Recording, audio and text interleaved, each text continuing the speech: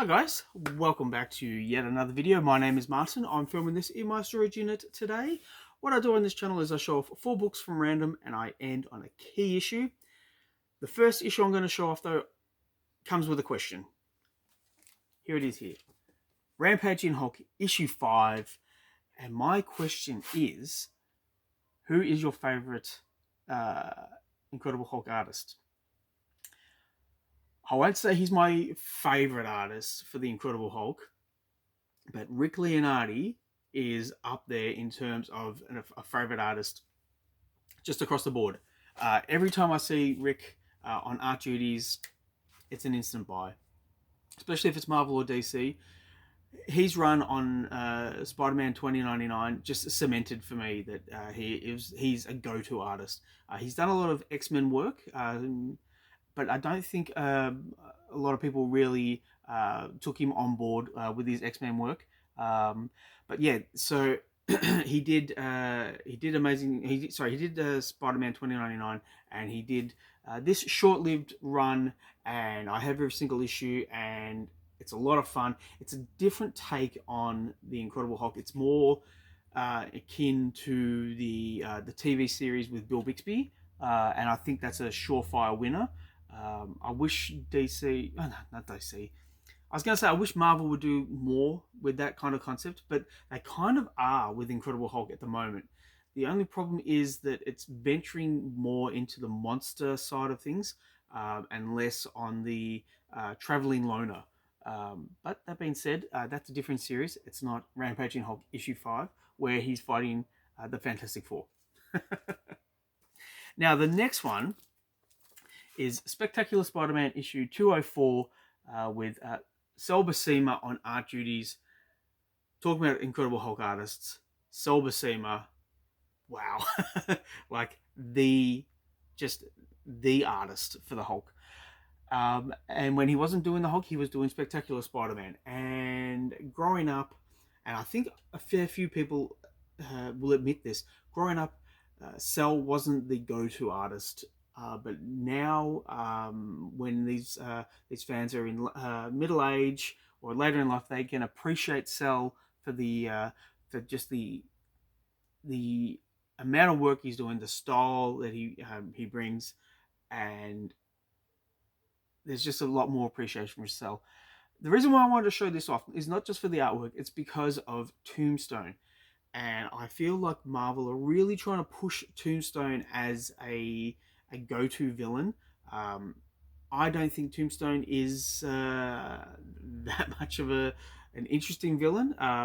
He's kind of like a souped-up Kingpin, and I mean, we already have the Kingpin in the Daredevil series and in the Daredevil TV series. I just feel like, yeah, Tombstone would just be a replication of that, and what's done with Kingpin can't be done with Tombstone, unfortunately. And I think casual fans, particularly of the MCU, would see Tombstone and just say, yeah, it's not that great. But I will say Tombstone does have his fans, so I'm not, poo-pooing on the Tombstone fans. If you're a fan of this guy, that's fantastic because there's plenty of stories to enjoy. I'm just saying that for me, it's not for me. The next issue I wanted to show off, and I will say I don't go into the MCU a lot on this channel. It's more centered around the comic books, but I did see this, and I wanted to bring it up. It's Gambit issue 4. By Steve Scrose, I think, is on art duties.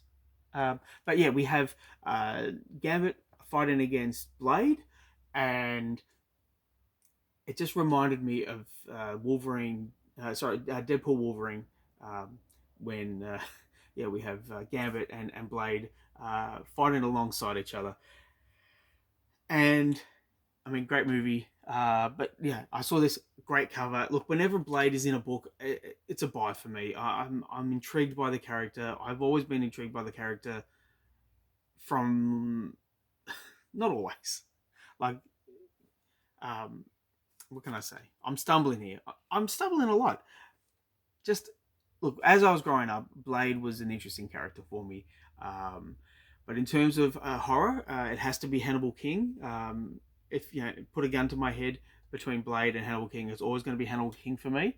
But I see a cover like this and I just go, let's get it. It just looks great. And yeah, there we go. Now, the last issue I want to show off, the key issue for the video, here it is. It's Marvel Premiere featuring Iron Fist issue 15. It's the first appearance of Iron Fist.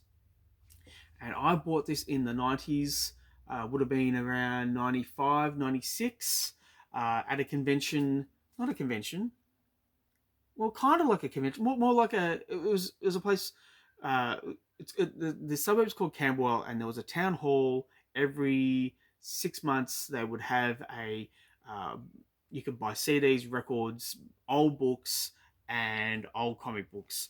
And it was on the stage. All the comic books were on the stage, and I remember you had to walk up uh, and go from the left to the right, and it was just jam packed full of guys buying old books, and I mean buying like key issues. Um, but uh, Iron Fist, like Power Man and Iron Fist, was not on anyone's radar, and I got this for a very nice sum. Um, it was like $5. I think, well, especially in the last few years, this issue jumped up and has since come down. But um, as a kid with not a lot of cash, I was going for the books that were like 50 cents, $1, maybe even $2 if I wanted to go wild. But I saw this, I knew it was a first appearance, and it was $5, and I was like, let's get it. And then I took it home, I read it.